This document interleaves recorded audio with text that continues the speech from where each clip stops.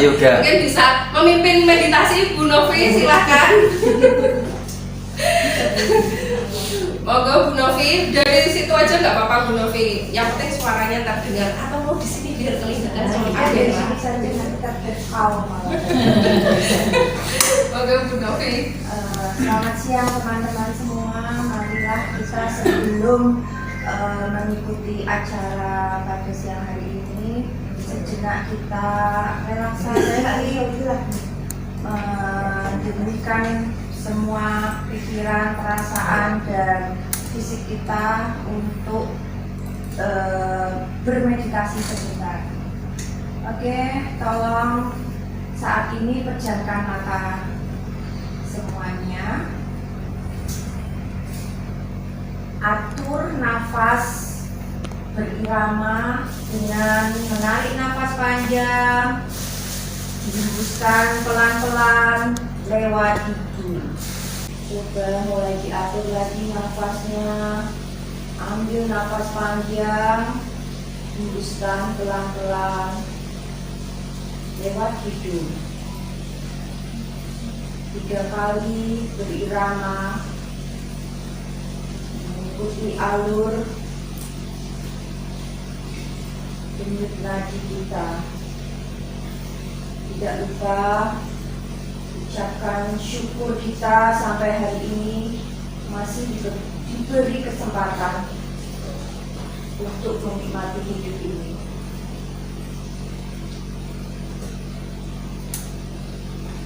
Saya katakan cukup untuk meditasi hari ini. Buka pelan-pelan mata Anda dan mulailah aktivitas hari ini. Terima kasih Bu Novi. Rasanya seger tenang. Ya udah. Soalnya segeri kilo. Oh iya. Terima kasih Bu Novi untuk meditasinya. Kayaknya sudah panjang, sudah segar. Kita nggak perlu ice breaking lagi sepertinya. Apa perlu ice breaking tetap? Oke. Kita lanjutkan ke mentor ice breaking kita, Bu Endang. Coba bilang ice breaking dulu. Breaking kayak salah.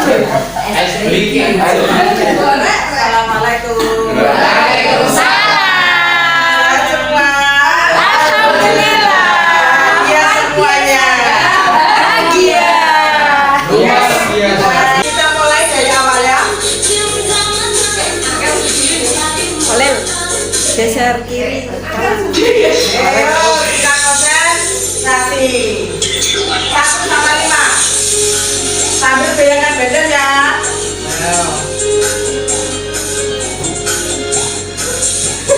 Aku tetap tangannya om.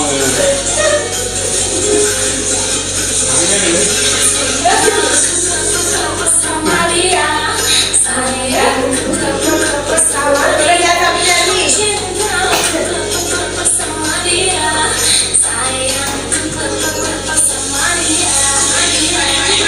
Dua. Enggak sama dua.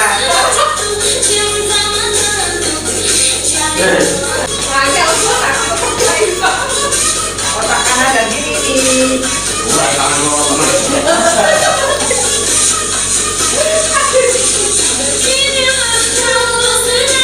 Mengapa di dada dan di depan 5.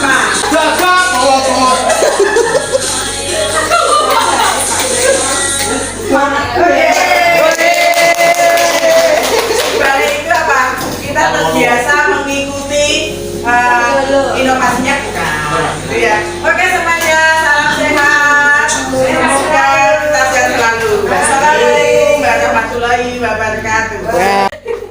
Terima kasih. Berarti sudah hampir seutuhnya. Kita kembali ke laptop. Harapannya hari ini itu apa? Harapannya adalah kita semua bersama-sama dapat menyelenggarakan pendidikan dan pembelajaran yang berpihak pada murid dengan membentuk serta memanfaatkan budaya dan lingkungan positif. Jadi kita berusaha untuk menyelenggarakan pembelajaran yang berpusat pada murid dengan memanfaatkan lingkungan dan budaya positif. Harapannya itu. Kemudian nanti apa saja yang akan kita diskusikan itu dari mulai teori kontrol, kemudian disiplin positif, nilai kebajikan universal, motivasi, keyakinan kelas, 5 posisi kontrol guru, dan restitusi. Untuk yang pertama kita ke pertanyaan pemantik. Pertanyaannya adalah, apakah Anda setuju dengan pernyataan berikut ini?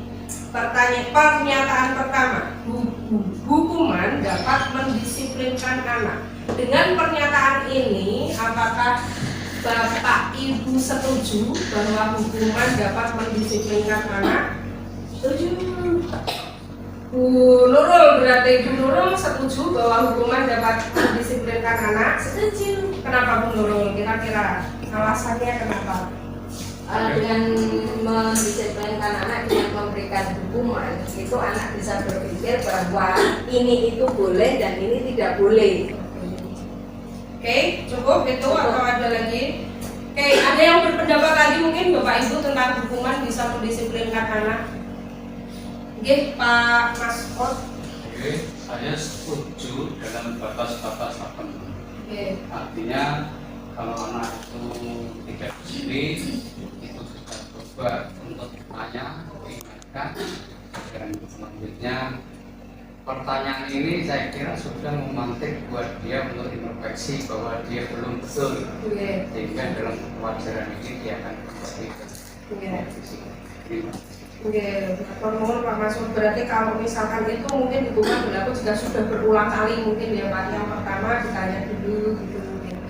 Yang kedua, pernyataan kedua, pemberian hukuman dengan hal positif seperti membaca atau membersihkan halaman sekolah dapat meningkatkan disiplin anak. Sepakat buatan dengan ini bahwa memberikan hukuman yang positif. Jadi menurut hukuman positif itu menurut pernyataan ini adalah misalnya membaca atau membersihkan lingkungan. Apakah hal itu bisa meningkatkan kedisiplinan anak menurut Bapak Ibu? Bisa. Oke, menurut Pak Nikam bisa. Berarti yang atas bisa Pak? Kalau yang atas Pak, yang nomor 1 bisa? Dengan penjelasan nomor 2, maka nomor 1 bisa. Oke. Terus pernyataan ketiga sekarang. Penghargaan dapat meningkatkan motivasi belajar anak secara long term, maksudnya secara jangka panjang. Kira-kira betulkah jika seseorang atau anak diberikan penghargaan, diiming-imingi dengan penghargaan, maka dia akan dapat disiplin dalam jangka waktu yang panjang? Bisa. Nah, kenapa Bu Neneng? Tambah semangat bu anaknya kalau dapat hadiah. Siap, terima kasih. Itu adalah beberapa pernyataan yang ditanyakan sebagai pertanyaan pemantik. Mungkin nanti Bapak dan Ibu akan menemukan jawabannya setelah ending kita diskusi nanti. Kemudian berikutnya, Setelah iklan berikut ini, iya betul lah, Kak Suratudul. Ini nanti akan ada video, silahkan disimak videonya. Belum, atau enggak mau? Habis. Khusus guys. Ya kan? Ya terima kasih.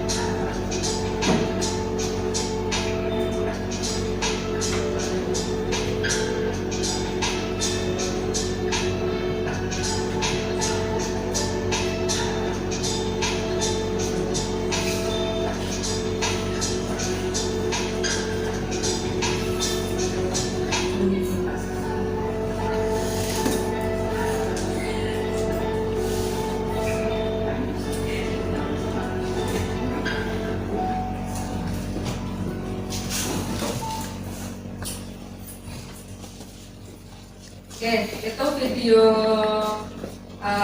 tadi yang menceritakan ada orang yang mau dicelakai lah di jalan. Ini kita bicarakan dulu soal kedua pengendara motor itu yang hampir mencelakai pengendara yang lain. Menurut Bapak Ibu, apakah keduanya memiliki pilihan tindakan lain selain yang mereka lakukan dalam video itu? Ada tidak pilihan tindakan lain selain nomor kucing ini jejak ya, jejak motor itu, ada tidak pilihan tindakan lain? Ada tidak? Bu Wiwi mungkin? Ada kan bisa menghindar atau belum? Iya. Ya, berarti dia punya sebenarnya pilihan untuk tindakan yang lain. Maksudnya dia bisa menyalip dengan hati-hati tanpa harus jejak atau maksudnya mendorong yang lain. Kira-kira kenapa Bu Wiwi keduanya tidak memilih tindakan itu, kenapa? Kenapa? Kira-kira kenapa? Iya, bisa jadi karena sikap emosional mereka. Jadi refleksnya mereka karena ada orang yang merasa dia seolah-olah di bawah dia, jadi bisa diintimidasi mungkin. Jadi seperti seolah-olah refleks emosional. Oke, sekarang kita bahas, kita diskusikan yang bapak yang tadi didorong ini. Setelah dicelakai, bapak ini memilih menolong kedua pengendara motor yang mencelakainya. Apakah sebenarnya bapak tersebut memiliki pilihan untuk tidak menolongnya, atau bahkan pilihan tindakan untuk menolak, memarahi, atau membalas? Kira-kira ada pilihan untuk berbuat itu tidak Bapak Ibu? Ada ya.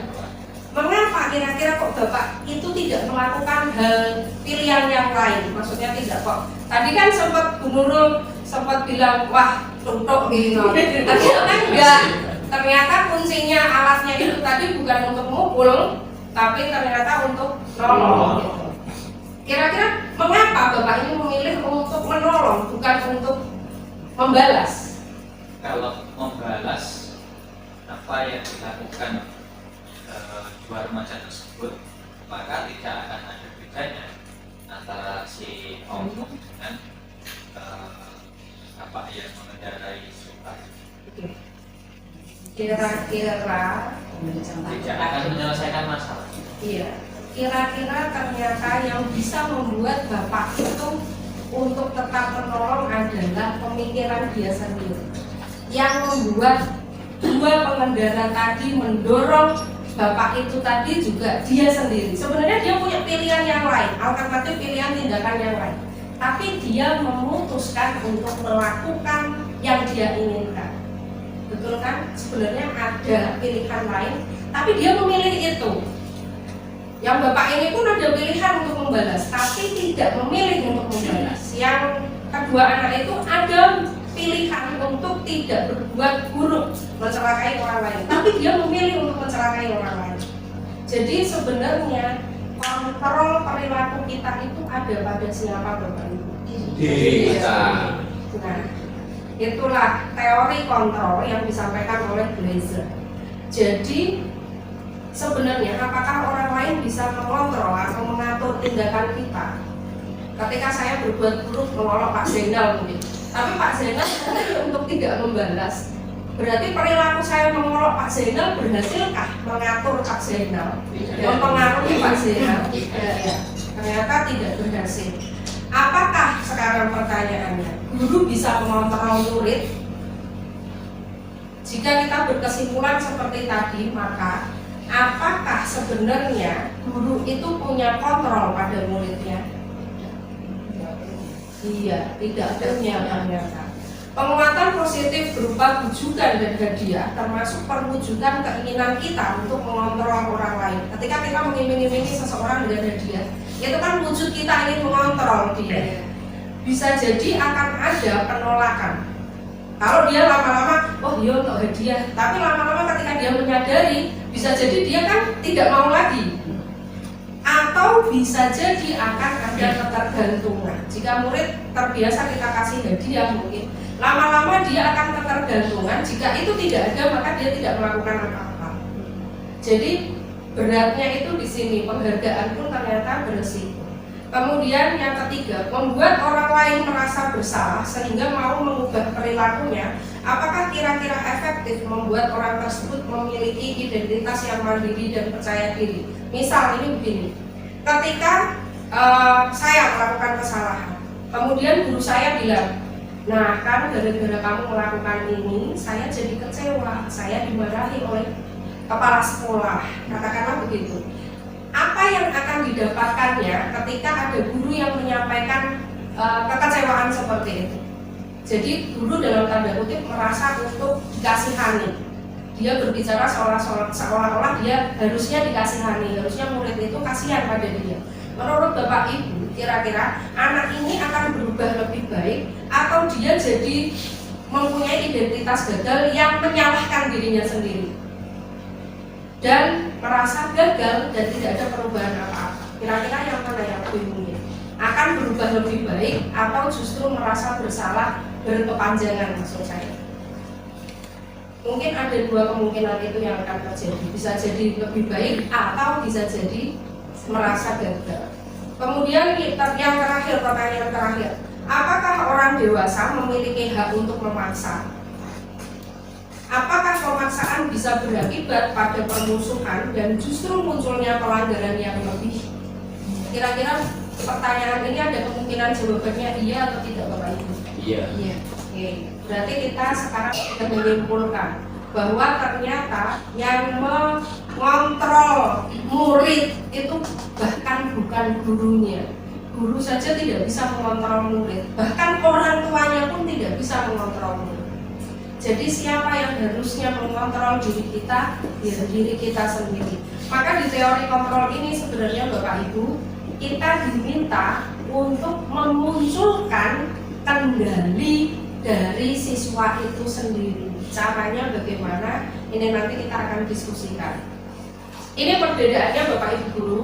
Mungkin kita dulu sudah terbiasa ada stimulus dan respon. Jadi kalau Bapak Ibu mungkin dulu ada teori pembelajaran behavior, mungkin kita sudah cukup familiar dengan stimulus respon. Jadi setiap guru memberi stimulus, kita berharap murid akan selalu memberi respon. Ternyata seiring berjalannya waktu, respon itu tidak bisa dikondisikan.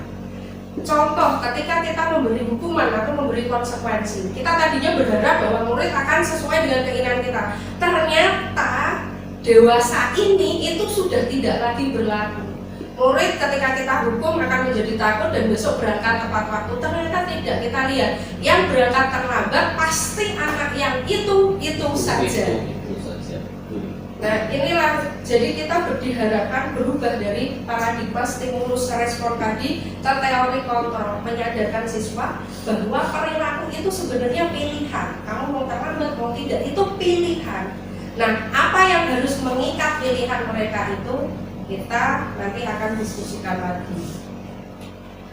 Jadi di sini misalkan stimulus respon itu realitas kebutuhan kita sama. Jadi memandang bahwa kebutuhan itu kita sama, bahwa orang semuanya butuh makan, minum, dan lain sebagainya. Sedangkan teori kontrol itu berpikir, asumsinya adalah setiap orang punya kebutuhan yang berbeda. Mungkin saya lebih butuh beras karena saya nggak punya sawah, tapi ada yang lain mungkin butuhnya lebih dari itu karena tidak punya bapak ibu, maka anak itu akan lebih butuh kasih sayang daripada beras misalkan.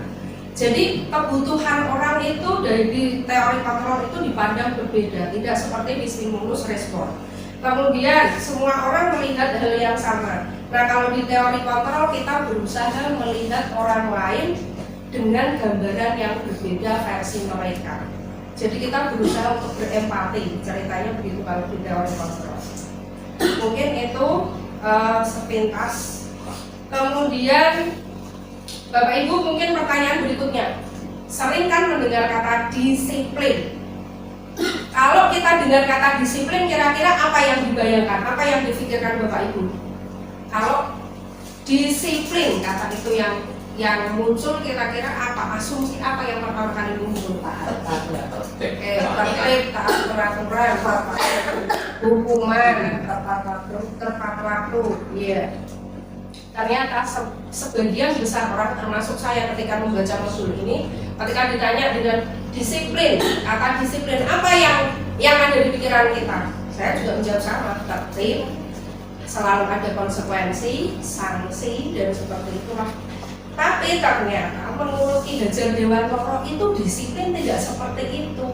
Saya salah ternyata selama ini. Jadi menurut Ki Hajar Dewantara, di mana ada kemerdekaan, disitulah harus ada disiplin yang kuat. Sungguh pun disiplin itu bersifat self-disiplin atau disiplin diri, yaitu kita sendiri yang mewajibkan kita dengan sekeras-kerasnya. Tetapi itu sama saja, sebab jikalau kita tidak cakap melakukan self-disiplin, wajiblah penguasa lain mendisiplinkan diri kita. Dan peraturan demikian itulah harus ada di dalam suasana yang merdeka. Jadi ini menggugurkan asumsi bahwa di sekolah tidak boleh ada peraturan. Ternyata di sekolah tetap harus ada peraturan. Karena dengan asumsi jika seluruh warga sekolah ini mampu merdeka dengan kedisiplinan diri, maka tata tertib itu tidak diperlukan. Tapi ketika ada orang yang tidak mampu memaksa dirinya sendiri untuk disiplin, untuk tertib, maka peraturan itu tetap harus ada. Jadi kalau kemarin mungkin kita sedang berdebat tentang butuh, berarti nggak butuh ya tata tertib, berarti peraturan itu nggak harus ada, berarti kita buat saja, kita ganti dengan kesepakatan. Tidak, sebenarnya kita tetap harus ada tata tertib atau peraturan. Karena kenyataannya apa? Ada individu yang belum bisa mencapai self-disiplin itu tadi, yang mau tidak mau ketika ada individu yang tidak mampu memaksa dirinya, maka dengan sangat terpaksa akan dipaksa oleh lingkungan. Jadi begitu ya Bapak Ibu. Kemudian selanjutnya, soalnya itu kemarin ada diskusi pelik sih soal tata tertib kedisiplinan itu yang di sesi kemarin.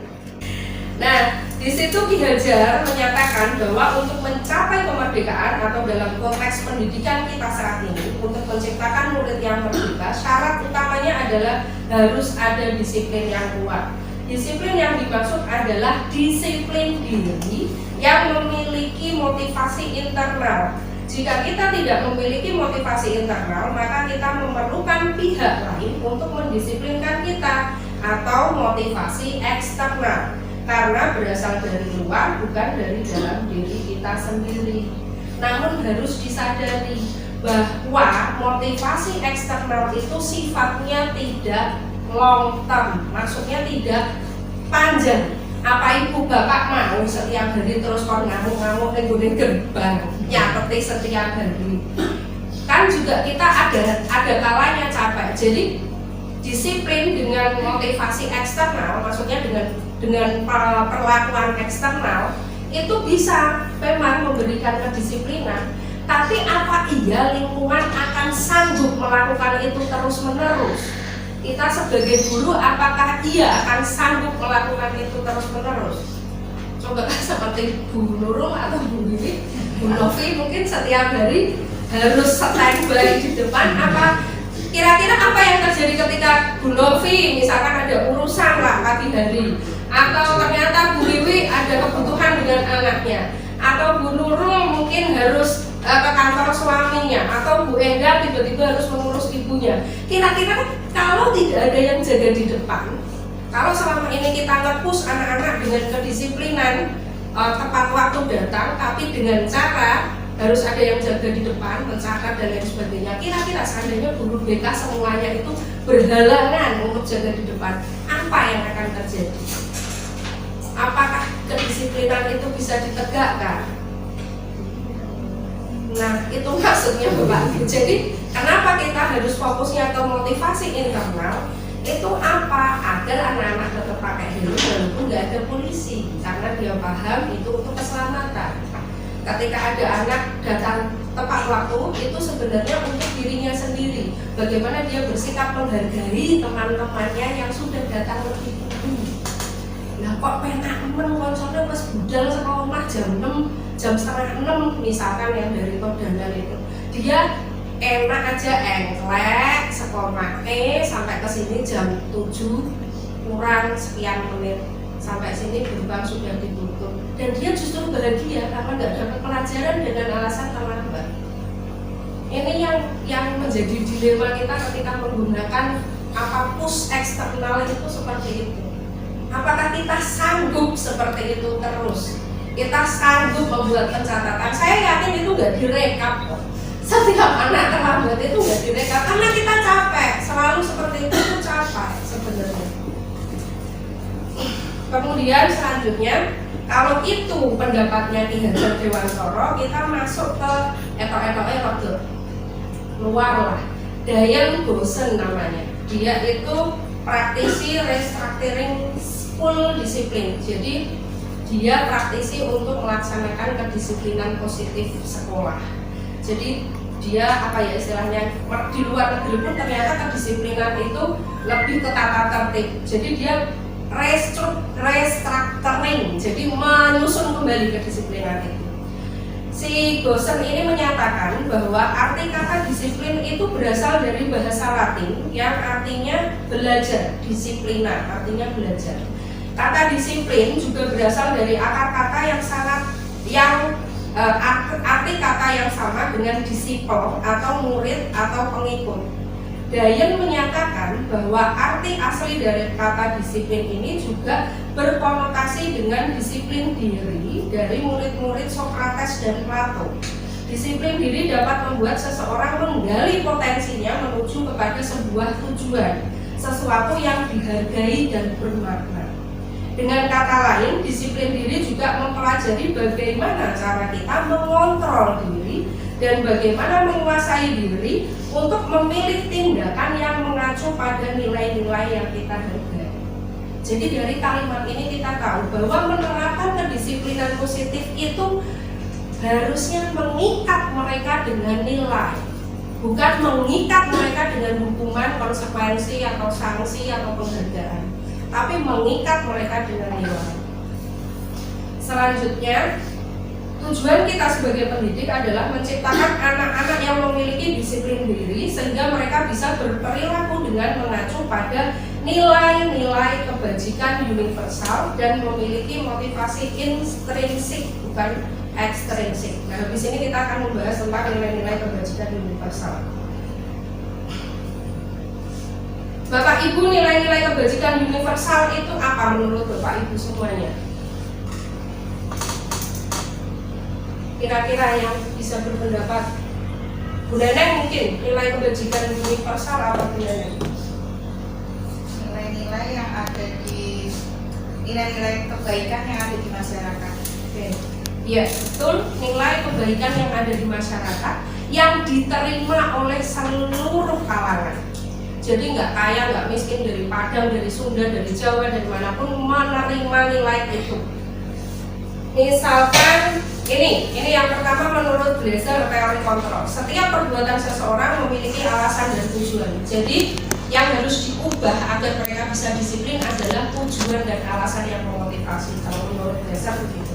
Kalau menurut Dayan Gosen tadi disiplin positif, tokohnya disiplin positif maksudnya setiap perbuatan seseorang berorientasi pada nilai yang dihargai. Jadi ini juga yang dijadikan korelasi. Jadi tujuan dan nilai yang dihargai itulah itu penguatannya pada nilai kebajikan universal. Jadi mengikat siswa, mengikat murid dengan nilai kebajikan universal yang diyakini oleh siswa itu. Dan otomatis ini sebenarnya diyakini oleh semua orang sebenarnya kalau nilai kebajikan universal. Ini saya sajikan contohnya. Contohnya itu kita sudah familiar sekali dengan profil pelajar Pancasila. Itu sebenarnya adalah nilai kebajikan universal. Satu, beriman bertakwa kepada Tuhan Yang Maha Esa dan berakhlak mulia, mandiri, bernalar kritis, berkebinekaan global, bergotong royong dan kreatif. Ini semua masyarakat menyetujui ini kan Bapak Ibu kira-kira?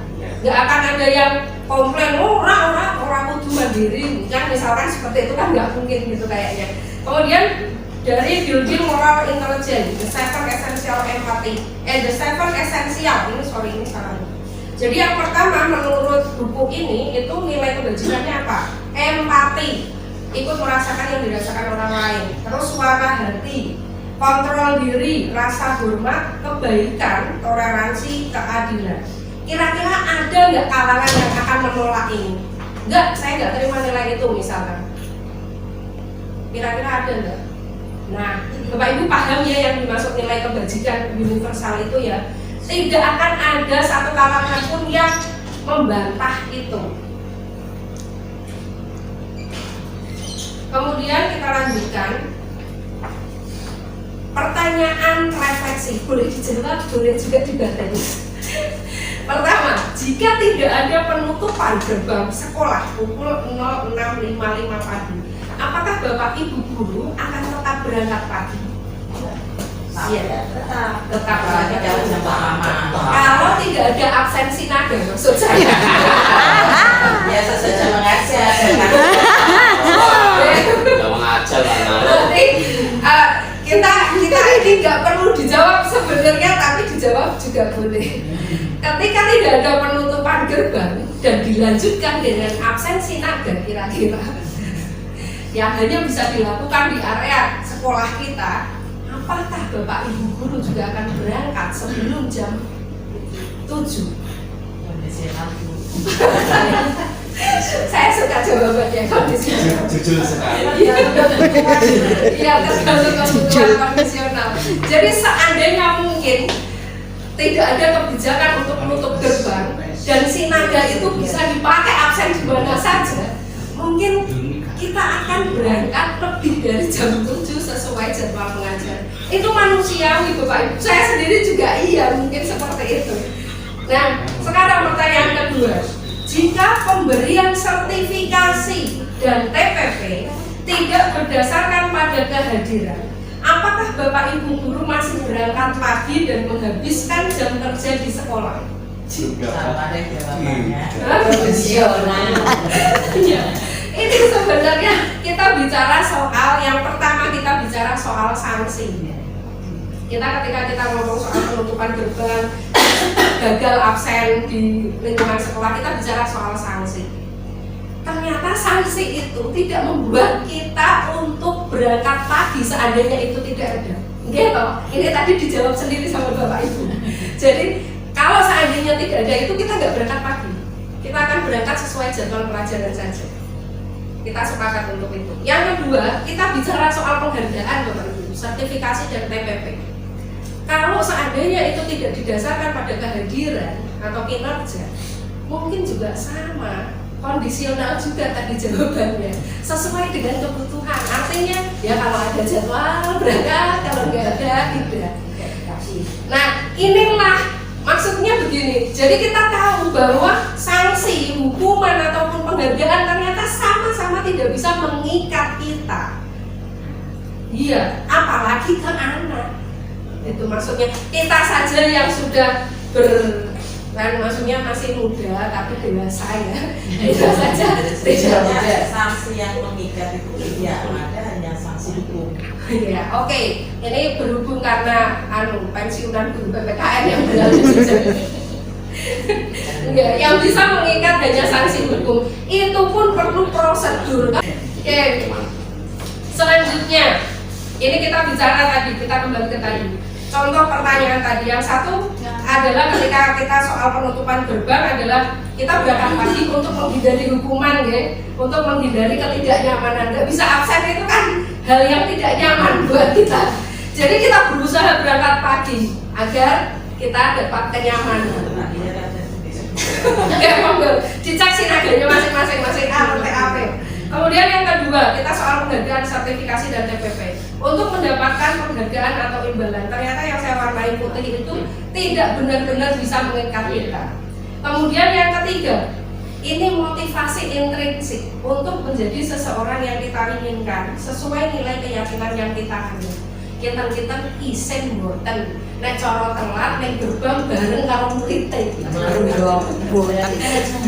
harus tidak memberikan contoh atau teladan yang baik. Nah, tapi saya yakin Bapak Ibu di sini itu semangatnya semangat teladan. Saya yakin semangatnya semangat positif, semangat teladan. Tapi karena dorongan, tekanan lingkungan, kadang-kadang kadang membuat kita jadi agak-agak ya oleh barang. Bunda Neng anaknya adalah agak rewel dia pripun meleh, bukan sakit tipa itu, putra alit dia Bunda Neng kados kula ya dari tarik itu. Anak gede gak naik cilik. Saya yakin tapi bapak ibu itu sebenarnya semangatnya semangat untuk menjadi teladan. Tapi ya namanya manusia. Kadang-kadang harus up and down. Tapi saya yakin dasar semangatnya tetap bisa bertahan sekian puluh tahun untuk menjadi guru itu luar biasa buat saya. Kemudian jadi kita paham ya Ibu, Bapak, yang harus ditingkatkan adalah motivasi intrinsik siswa dengan cara apa? Nah, ini ada perbedaan.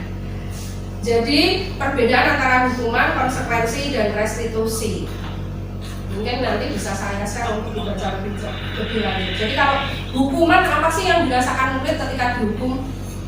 Itu di situ ada dituliskan. Murid akan merasa tersakiti. Kemudian konsekuensi. Murid atau anak dibuat tidak nyaman. Kan misalkan konsekuensinya harus tadi bersih-bersih atau membaca buku kan tidak nyaman. Kalau dia sukanya game online kok disuruh baca buku misalkan. Dan itu jadi tidak nyaman. Kemudian kalau di restitusi, murid atau anak mendapatkan penguatan. Jadi penguatannya apa? Restitusi itu nanti pakai nilai keyakinan. Jadi kita muternya ke sana. Diharapkan dengan begitu, anak akan memperoleh penguatan karakter. Jadi dia akan kembali dengan lebih kuat meyakini keyakinannya dan mengamalkan keyakinannya. Kemudian misalkan lagi hukuman itu bisa menyebabkan murid atau anak membenci peraturan. Misalkan kalau Bapak Ibu mungkin follow Instagram semantun dia kadosnya semantun buka Instagram itu dia rodok. Mungkin ada sebagian adminnya atau anak-anak di sana yang sakit hati dengan penegakan peraturan atau sikap-sikap Bapak Ibu guru yang akhirnya dijadikan konten Instagram.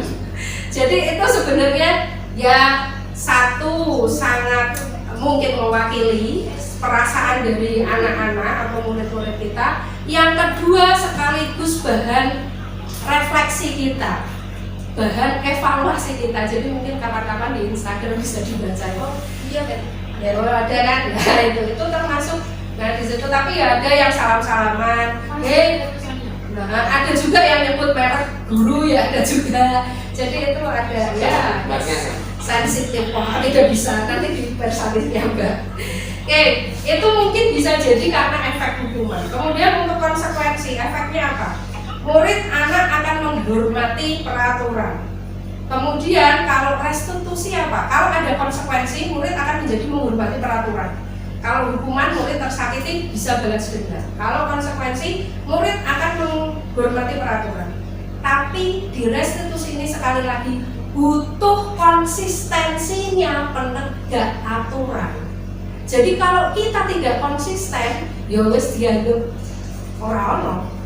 Maksudnya begitu, ya Pak Ngabdi. Niki kan mungkin Pak Niam sudah merasakan beberapa kali megang HP, balen ini karena adanya ini tadi. Kalau seandainya kita butuh taat atau konsisten dengan itu, kalau nggak konsisten, ya seperti ini. Padahal kita sebagai manusia nggak bisa dong harus konsisten. Terus kayak kok yo angel, kon nyatetin terus ini kok yo angel. Gitu. Kemudian restitusi. Restitusi ini efeknya apa ke murid? Murid akan menghormati dirinya dan orang lain. Karena apa? Karena kita pakai nilai kebajikan universal tadi untuk mengikat dia. Jadi alasannya apa sih kamu harus taat itu? Gitu loh. Jadi kalau selama ini dikasih tata tertib dilarang tanpa adanya pengejawantahan alasan dan nilai yang harus dipahami. Jadi sebenarnya menurut kami tata tertib gak apa-apa, tapi harus ada nilai keyakinan itu tadi yang harus diejawantahkan dan kita dalami gitu. Jadi untuk disiplin positif ini bahkan kita harus mendedikasikan paling enggak 15 menit sebelum pembelajaran, mungkin terutama untuk wali kelas, untuk setiap mapelnya dia 15 menit, 10 menit, 15 menit untuk brush up lagi, untuk mendalami keyakinan itu lagi. Boten nggih, niki mungkin sedikit contohnya nanti bisa dikulas lagi. Nah, ini perasaan yang muncul ketika ada hubungan kita perasaannya negatif, ketika ada konsekuensi kita netral. Nah, ketika pakai restitusi itu perasaan yang muncul adalah positif. Ini kalimat yang biasanya muncul ya, kategori kriteria kalimat muncul. Awas kalau dilakukan lagi ya, nanti awas kamu. Nah, itu lebih ke hukuman. Awas dulu. Nah, itu lebih ke hukuman. Nah, ini saya juga sebenarnya refleksi ke diri saya sendiri sama anak saya sering seperti itu. Oh, kalau ada putake awas lu. Itu saya. Kemudian netral. Lakukan apa yang saya katakan. Jadi dengan direct lakukan apa yang saya katakan tanpa nada yang tinggi. Kemudian positif, itu di restitusi itu positif. Kenapa? Itu pertanyaannya adalah apakah hal ini yang sesungguhnya yang ingin kamu lakukan atau sebenarnya ada yang ingin yang dilakukan tadi. Seperti tadi di video kita kan menanyakan, bener lah kamu hanya punya pilihan untuk melakukan itu. Ada pilihan lain nggak? Yang sebenarnya kamu inginkan yang mana? Itu semacam itu. Jadi ya ini dibutuhkan dialog. Kalau penerapan budaya positif, disiplin positif ini dibutuhkan dialog. Dan saya rasa dialognya nggak lama sih. Nanti kita akan masuk ke dialognya nanti. Kemudian ini lagi masih perbedaannya. Kalau hukuman dibuat guru, konsekuensi bisa dibuat guru, bisa juga dibuat oleh murid. Biasanya kan kita pilih, wes konsekuensinya apa? Pilih dewe apa konsekuensinya yang membuat kamu tidak nyaman. Biasanya kan begitu. Kalau hukuman kita yang menentukan. Kalau dulu tata tertib pada begitu ya Bu Endang.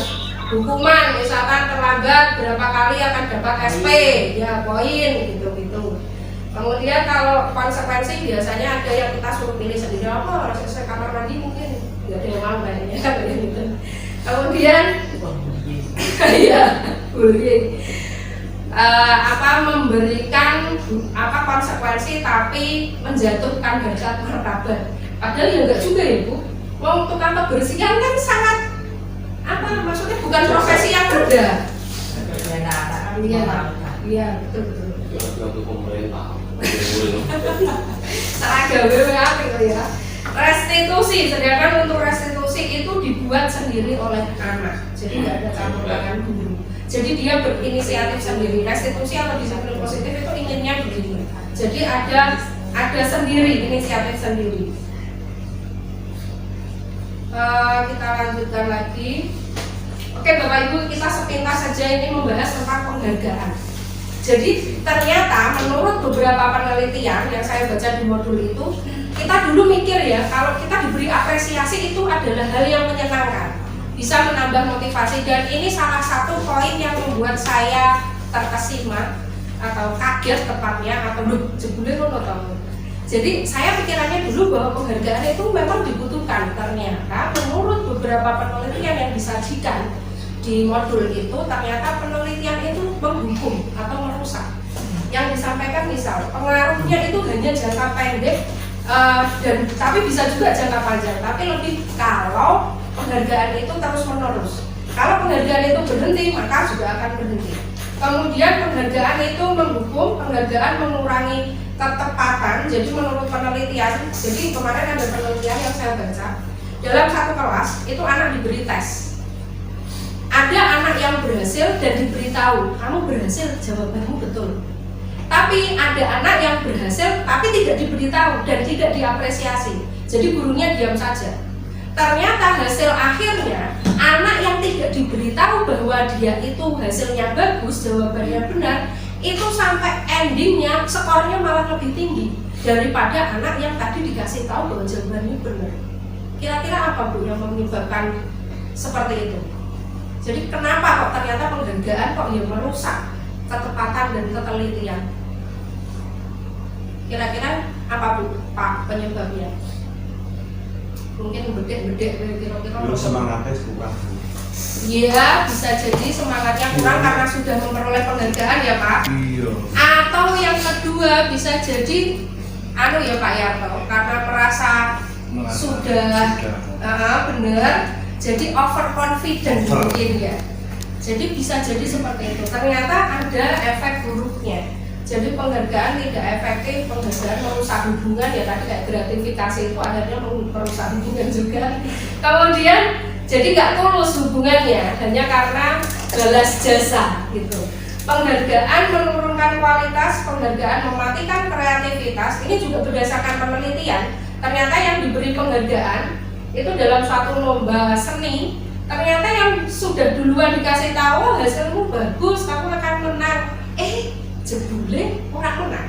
Yang menang adalah yang tidak mendapatkan apresiasi itu. Mungkin itu ya. Kemudian penghargaan mengurangi motivasi intrinsik. Jadi orang akan termotivasi untuk memperoleh penghargaan, bukan lagi termotivasi karena dirinya. Berikutnya Bapak Ibu, untuk membentuk keyakinan kelas. Nah, ini poin yang penting. Jadi keyakinan kelas atau sekolah, keyakinan itu adalah nilai kebajikan yang tadi kita bahas, kebajikan universal yang disepakati secara tersirat dan tersurat lepas dari latar belakang suku, negara, bahasa maupun agama. Jadi Bapak Ibu kalau mau membuat nilai keyakinan di kelas, itu gunakanlah nilai kebajikan universal yang memang disepakati oleh semua kalangan. Nah, ini rambu-rambunya. Keyakinan itu bersifat lebih abstrak daripada peraturan. Kalau peraturan kan dilarang atau harus berangkat sebelum jam 7 misalkan. Nah, kalau keyakinan nggak seperti itu. Misalkan itu bentuk tanggung jawab, maka akan dibilang kami akan bertanggung jawab, selalu bertanggung jawab. Katakanlah kalimatnya begitu. Kemudian keyakinan kelas berupa pernyataan-pernyataan universal. Pernyataan keyakinan kelas senantiasa dibuat dalam bentuk positif. Keyakinan kelas hendaknya tidak terlalu banyak, jadi jangan banyak-banyak, ngeleng-ngelengnya kangelan. Jadi maksimal 7, 3-7. Kemudian keyakinan kelas sebaiknya sesuatu yang dapat diterapkan di lingkungan tersebut. Jadi jangan yang nggak bisa diterapkan, yang bisa diterapkan. Kemudian semua warga kelas hendaknya ikut berkontribusi dalam pembuatan keyakinan, jadi harus dilibatkan dari awal.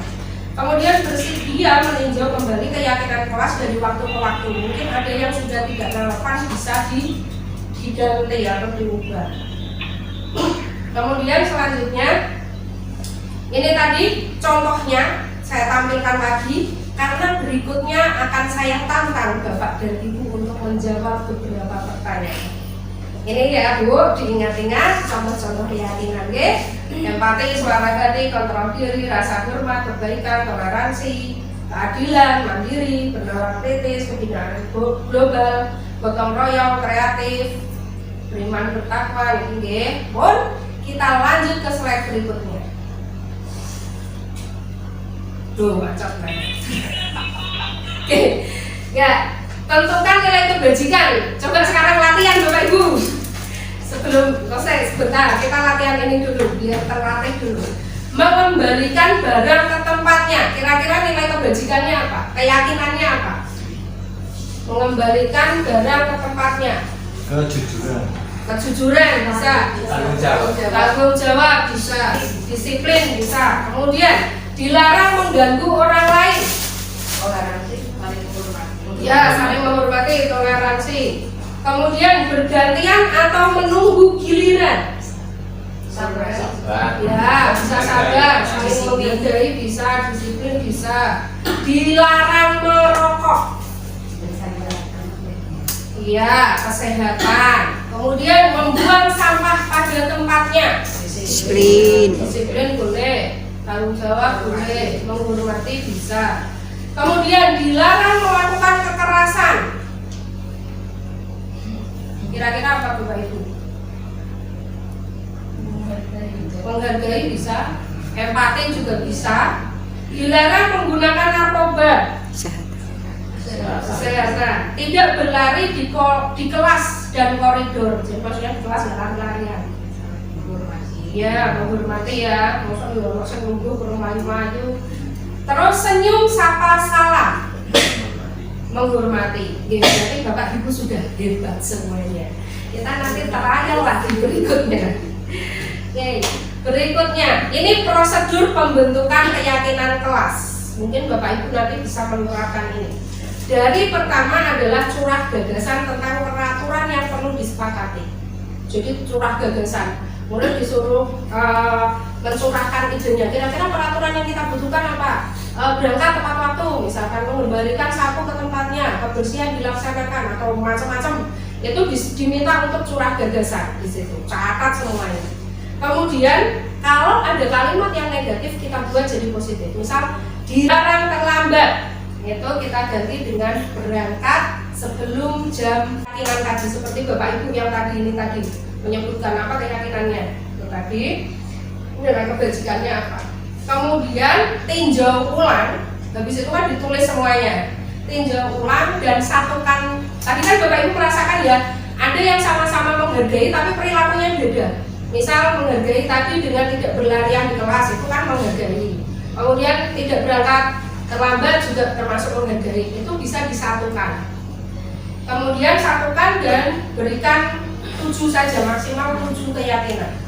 Lalu buatlah poster di kelas yang mereka buat sendiri dan harus ditandatangani 36 anak plus wali kelas, misalkan Bapak Ibu sebagai wali kelas di situ. Jadi tanda tangan semuanya di situ artinya menyepakati itu. Kemudian ini ada contoh kalimat keyakinan. Kalimatnya misal ini kita nilai kebajikannya hormat. Kalimatnya gimana? Kalimat yang dituliskan di poster itu bisa dengan kami meyakini bahwa sangat penting untuk menghormati semua orang dan barang milik orang lain.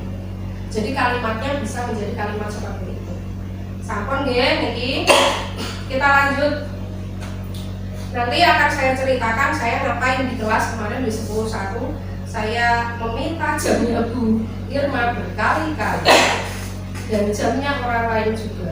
Alah, mau tenang.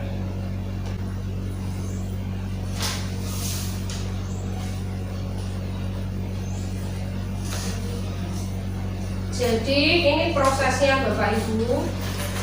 Jadi kalau kemarin bilang berarti nggak perlu peraturan, bukan, tetap harus ada peraturan. Jadi yang pertama adalah dari peraturan kelas. Kemudian lingkaran berikutnya adalah dibuat keyakinan kelas. Setelah dibuat keyakinan kelas, kita buat lingkungan positif dengan apa? Ketika terjadi pelanggaran kita nggak pakai hukuman atau konsekuensi atau adanya penghargaan juga. Kita pakai restitusi. Tadi. Kemudian itu diharapkan dapat membentuk budaya positif yang support ke proses pendidikan dan pembelajaran siswa. Kan ini yang bisa digambarkan diagramnya begitu. Kemudian praktik. Nah ini saya share praktek saya kemarin. Jadi saya minta role play. Ini kayak permainan peran. Jadi saya meminta kelas untuk membagi jadi beberapa kelompok. Dalam kelompok itu ada yang berperan seolah-olah menjadi kepala sekolah, ada yang seolah-olah menjadi guru, 2K, ada yang seolah-olah menjadi murid juga. Kemudian mereka membuat visi atau impian. Mereka saya minta untuk membuat nama sekolah, misalkan namanya apa gitu. Ada yang membuat karena Japah menjadi SMA, jadi mereka buat SMA N1 Japah. Ada yang bikin SMAN 1 Kalangan. Impiannya sekolahnya mau jadi apa? Yang disebutkan kami ingin sekolah kami apa disebutkan. Kemudian setelah itu menyebutkan peraturan, membuat peraturan yang harus ditaati. Nah, jadilah peraturan itu mereka diskusi ceritanya. Nah, setelah curah gagasan seperti ini di pertemuan pertama seperti ini. Kemudian ini. Jadi mereka presentasi, tata tertibnya ini, impiannya sekolahnya ini. Nah, gantian dari kelas untuk merespon. Kira-kira ada yang mau diubah nggak dari kalimatnya? Kalimat yang negatif jadi positif seperti tadi. Kemudian setelah mempresentasikan peraturan dalam kalimat positif, kemudian dilanjutkan dengan menentukan keyakinan. Nah, ini sudah diskusi kelompok, sudah ditentukan keyakinannya. Keyakinannya mau apa, apa disebutkan apa-apa. Setelah itu dicatat semuanya di papan tulis. Jadi setiap satu kelompok mencatat semua keyakinan yang mereka tuliskan. Setelah itu bagian saya memimpin diskusi. Oh ini sama, coret. Oh endingnya adalah berapa keyakinan. Nah ini hanya sampai 6 keyakinan di 10.1. Di 10.1 ini 6 keyakinan, terus kemudian disepakati dan dibuat poster seperti ini, dibuat poster. Jadi anak-anak yang menulis sendiri, menghias sendiri, dan tidak lupa ada tanda tangan. Setelah itu apalagi Bapak Ibu, nggak cukup sampai di sini ternyata Bapak Ibu, masih dilanjutkan lagi dengan pendalaman keyakinan kelas. Jadi ternyata keyakinan itu nggak cuma sampai dibuat, tapi harus ada sesi untuk pendalaman keyakinan. Di modul itu dijelaskan 3 cara, tapi mungkin akan berkembang jadi beberapa cara. Tapi ini saya sajikan sesuai yang ada di modul. Tabel T, jadi ini hormat misal, nilai keyakinannya hormat. Nanti dibuat tabel yang sebelah kiri tampak seperti, kira-kira kalau ada keyakinan hormat itu apa sih yang tampak di kelas itu? Nah, itu datang, tempat, waktu, misalkan menyapa teman dan guru setiap hari, mengembalikan barang teman yang telah dipinjam dan mengucapkan terima kasih. Terus jika keyakinan itu tidak tampak di kelas, apa sih yang kelihatan kalau tidak ada keyakinan itu? Itu 1, sering hadir terlambat. Jadi kayak kebalikannya deh, tak acuh kepada teman dan guru, jadi nggak pernah nyapa, nggak pernah ngobrol. Terus tidak mengembalikan barang yang telah dipinjam dan meletakkannya sembarangan. Ini contoh deh untuk tabel T. Ini nanti bisa Bapak Ibu praktekkan di kelas. Kemudian yang kedua adalah tabel Y. Buatlah huruf Y seperti contoh, kemudian analisa setiap keyakinan. Ini yang dicontohkan adalah hormat sepertinya. Nah, ini tampak, ini kalau tadi tampak seperti, tidak tampak seperti. Kalau yang ini terlihat, terdengar, dan berperilaku. Kalau ada hormat, itu yang terlihat apa? Misal, berempati terhadap perasaan orang lain, memegang barang milik orang lain hanya seizin yang punya, mendengarkan dengan seksama. Terus terdengar seperti apa? Yang kita dengarkan apa kalau di situ ada nilai hormat? Saling menghormati apa yang terdengar? Yuk saya bantu, misalkan ada kalimat begitu. Kita bisa selesaikan ini bersama. Terima kasih ya, tolong. Kemudian permisi, boleh saya pinjam bukunya, misalkan begitu. Kemudian berperilaku seperti apa? Misal tersenyum marah, memberikan salam hormat, kemudian memberikan ruang bekerja, postur tubuh tenang, seperti itu. Itu berperilaku. Kemudian yang ketiga kegiatannya yaitu tabel tugas bukan tugas. Ini juga sama. Kalau ada hormat misalkan guru tugasnya apa, murid tugasnya apa. Guru tugasnya mengajar, murid tugasnya belajar, mendidik, mencoba. Kemudian kalau guru tugasnya menjawab pertanyaan, murid mengajukan pertanyaan jika tidak paham. Kemudian guru tugasnya bukan menyakiti atau disakiti. Kemudian ini juga sudah saya laksanakan di 10.1 pendalaman keyakinan kelas. Jadi anak-anak saya minta untuk memilih keyakinan satu kelompok. Jadi ini ada yang berkebinekaan global. Ini bergaul dan berteman kepada siapa saja tanpa membedakan suku, ras atau agama. Itu contohnya kebinekaan. Kemudian tidak tampak seperti memilih-milih teman. Gitu. Kemudian itu ada yang dilarang kesehatan, ini kesehatan dilarang mewarnai rambut, tidak tampak seperti mewarnai rambut, tidak membawa senjata tajam, ini soal kesehatan. Kemudian ada sopan santun di situ.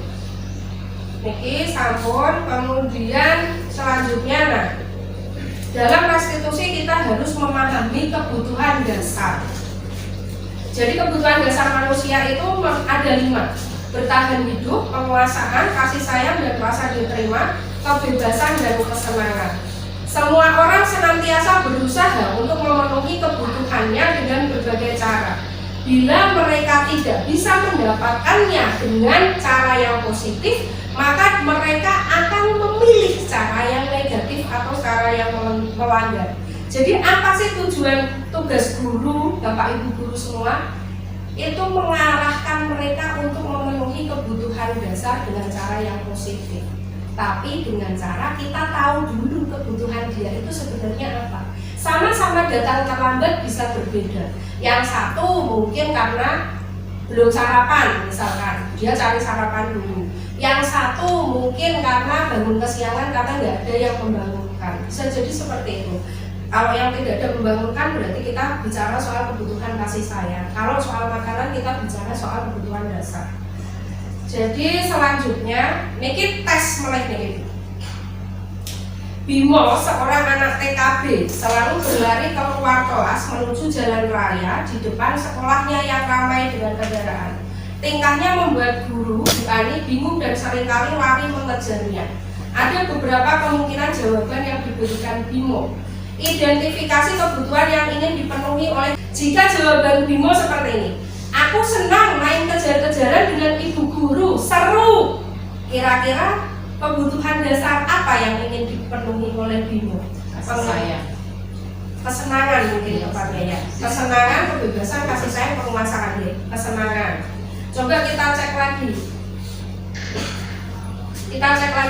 Ibu kejar aku karena ibu guru sayang aku. Ibu guru kejar aku karena ibu guru sayang padaku. Kira-kira kebutuhan apa? Kasih sayang. Kasih sayang. Kebutuhan kasih sayang. Kemudian jika jawaban Bimo, aku hebat kan bisa bikin ibu guru kejar aku. Kira-kira penguasaan. Ya, penguasaan karena dia kan bisa membuat gurunya nurut. Kemudian aku bosan belajar mewarnai terus di kelas. Kira-kira apa? Kalau bosan, iya betul sekali. Lulus keren ya, keren. Jadi kira-kira kalau terjadi hal-hal atau maksudnya pelanggaran, mungkin yang perlu ditanyakan adalah ini. Kira-kira apa alasannya? Kebutuhan apa yang belum terpenuhi? Dan tugasnya Bapak Ibu guru untuk mengarahkan anak-anak tersebut. Kemudian ini ceritanya Iksan itu dulu anak pendiam, pemalu. Kalau jam istirahat selalu di perpustakaan.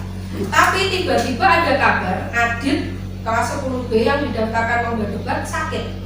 Kemudian kepala sekolah bertanya sama guru-guru, siapa yang bisa menggantikan Adit? Kemudian guru merekomendasikan Iksan untuk menggantikan si Adit ini. Ternyata Adit ini sama timnya, si Sinta dan Indra, jadi juara umum. Sejak saat itu Iksan berubah menjadi anak yang lebih percaya diri, tidak pemalu dan pendiam lagi. Semua murid dan guru mengenalnya sebagai Iksan si juara kompetisi debat. Pada jam istirahat dia habiskan bersama teman-temannya yang dulunya menyendiri di perpus. Setelah juara terus mau sosialisasi. Dia juga semakin rajin berlatih debat, mengikuti berbagai lomba. Ia menjadi ketua klub debat. Kemudian pertanyaannya, kira-kira kebutuhan dasar mana yang terpenuhi pada Iksan sehingga membuat dia berubah lebih baik? Iya. Ternyata bisa jadi penguasaan. Jadi ternyata dia diakui keberadaannya. Bisa jadi karena itulah, karena dia mendapatkan momen, kesempatan untuk menang tadi, menunjukkan dirinya, akhirnya dia dapat pengakuan dan dia merasa percaya diri akhirnya dia berubah. Jadi kemungkinan Bapak Ibu di luar sana anak murid Bapak Ibu itu ada yang semacam ini. Jadi awalnya dia ragu, tidak percaya diri, atau lebih suka disobey, maksudnya tidak disiplin. Itu ternyata ada kebutuhan dasar yang tidak terpenuhi. Dan ketika kebutuhan itu terpenuhi, bisa jadi dia akan lebih baik. Gitu. Jadi mungkin ini adalah tugas Bapak Ibu guru yang tidak ada di tupoksi, tapi menjadi sangat penting. Kemudian selanjutnya kita bicara soal 5 posisi kontrol. Itu satu, ada penghukum, pembuat merasa bersalah, teman, pemantau. Kemudian ada sebagai manajer. Ini yang sebagai manajer. Kita kembali yang keempat tadi. Kira-kira Bapak Ibu guru ini yang mana? Yang condongnya selama ini yang mana? Penghukum, patuhi aturan saya, kalau tidak awas. Nada suara tinggi, maka melotot, menunjuk-nunjuk. Hasilnya murid biasanya lebih agresif menendang. Kira-kira Bapak Ibu yang mana? Ini refleksi saja. Kemudian pembuat merasa bersalah, kali dengan kali.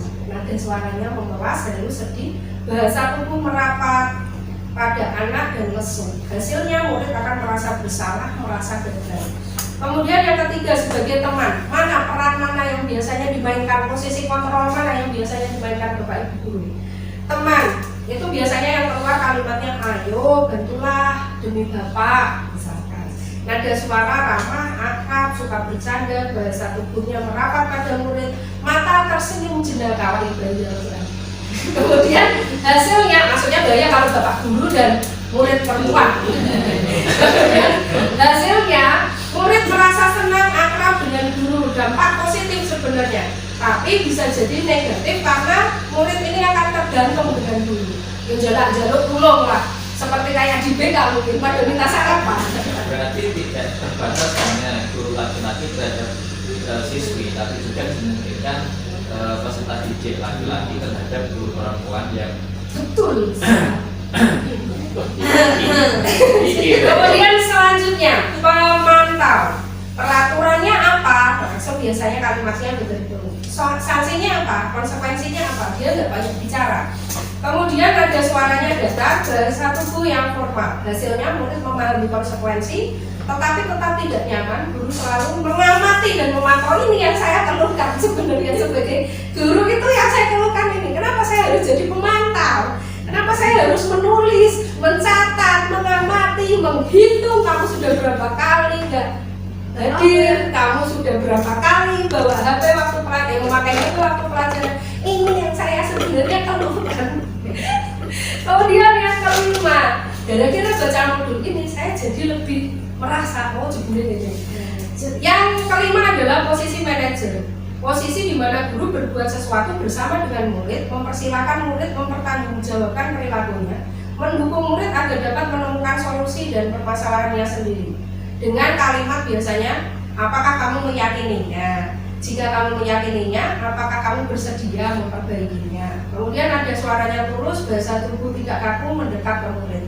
Pada posisi manajer, maka suara guru sebaiknya tulus, tidak perlu marah, tidak perlu meninggikan suara, apalagi munjuk-munjuk, berkaca pinggang, atau bersikap seolah-olah menyesal, menyesal gitu ya, tampak sedih sekali dengan perbuatan murid, merasa dikecewakan sekali. Ternyata itu nggak bagus. Kemudian fokus hanya pada murid, bukan untuk membahagiakan guru atau orang tua. Murid sudah mengetahui adanya suatu masalah dan sesuatu perlu terjadi. Jadi dia sadar bahwa di posisi ini guru itu mengarahkan bahwa harus ada yang harus diubah, tapi tidak straight seperti kalau jadi pemantau. Konsekuensinya apa? Nggak langsung tanya itu, tapi giring. Jadi kita itu dilatih untuk menjadi penggiring. Kemudian manajer akan mengembalikan tanggung jawab pada murid. Selanjutnya, ini refleksi pribadi saya. Itu saya sampaikan bahwa ternyata saya baru tahu yang penghargaan itu ternyata tidak memunculkan motivasi intrinsik. Tadinya ini yang membuat saya kagum, ternyata begitu. Kemudian saya merasa senang karena menemukan teori ini. Jadi penyeimbang teori kontrol ini jadi penyeimbang untuk saya. Jadi tidak hanya soal stimulus respon. Kemudian kalau stimulus respon kan seperti kita itu robot. Jadi disetel secara otomatis. Nah, jotos bendal gitu. Jadi seakan-akan manusia itu robot, padahal enggak, manusia punya otak. Otaknya ada yang otak berpikir lambat, bisa berpikir. Kemudian refleksi saya lagi, selama ini saya selalu menjadi pemantau dan sekarang saya memilih menjadi manajer. Dulu saya nyatet, terus mungkin sekarang saya harus mengubah pola saya mulai dari ini dan seterusnya. Jadi tidak menjadi pencatat karena betul-betul itu menjadi beban untuk saya. Terus terang jadi beban untuk saya. Jadi Bapak Ibu kalau mau ngecek catatan saya, anak ini surat pernyataannya berapa kali, itu saya ada dan tanggalnya juga ada. Itu lelah saya seperti itu sebenarnya. Dan anaknya nggak kapok bos, masalahnya di situ.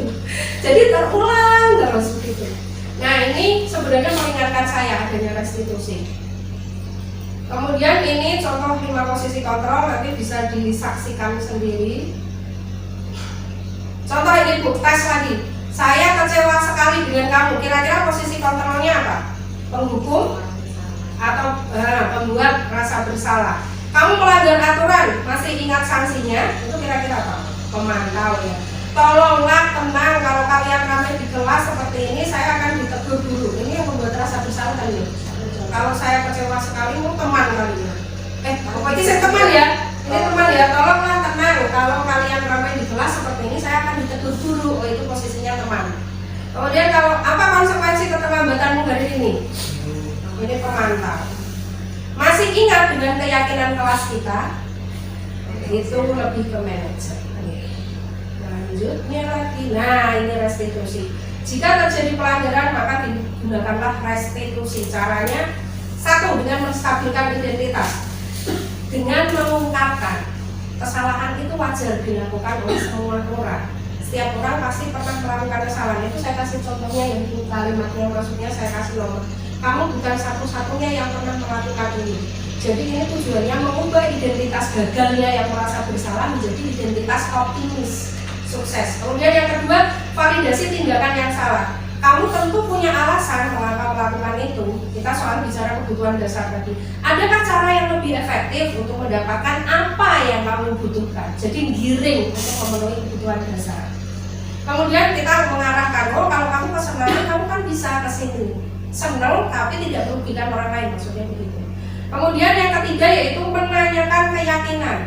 Itu menghubungkan dengan keyakinan yang tadi sudah kita buat di dalam kelas. Dengan keyakinan kelas apa yang telah kita sepakati, bertanya begitu. Kamu ingin menjadi orang seperti apa memangnya? Nah itu seperti itulah, itu restitusi. Untuk contohnya bisa dilihat juga, ini YouTube saya. Tapi jangan dicontoh karena ternyata muka saya tidak terlihat, jadi tidak terlihat itu saya sedang tersenyum atau bagaimana. Ini contoh buruk ini sebenarnya. Tapi ya pede saja saya menyampaikan contohnya.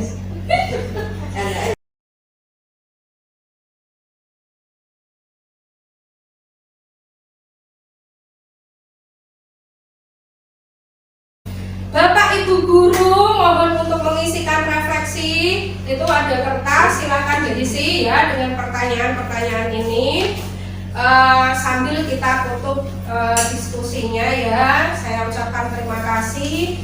Lebih kurangnya saya mohon maaf karena pasti banyak kurangnya. Semoga kita bisa sama-sama belajar. Ini pertanyaan refleksinya. Sambil saya tutup, Bapak Ibu, terima kasih. Wassalamualaikum warahmatullahi wabarakatuh. Salam bahagia. Sehat selalu. Merdeka! Merdeka!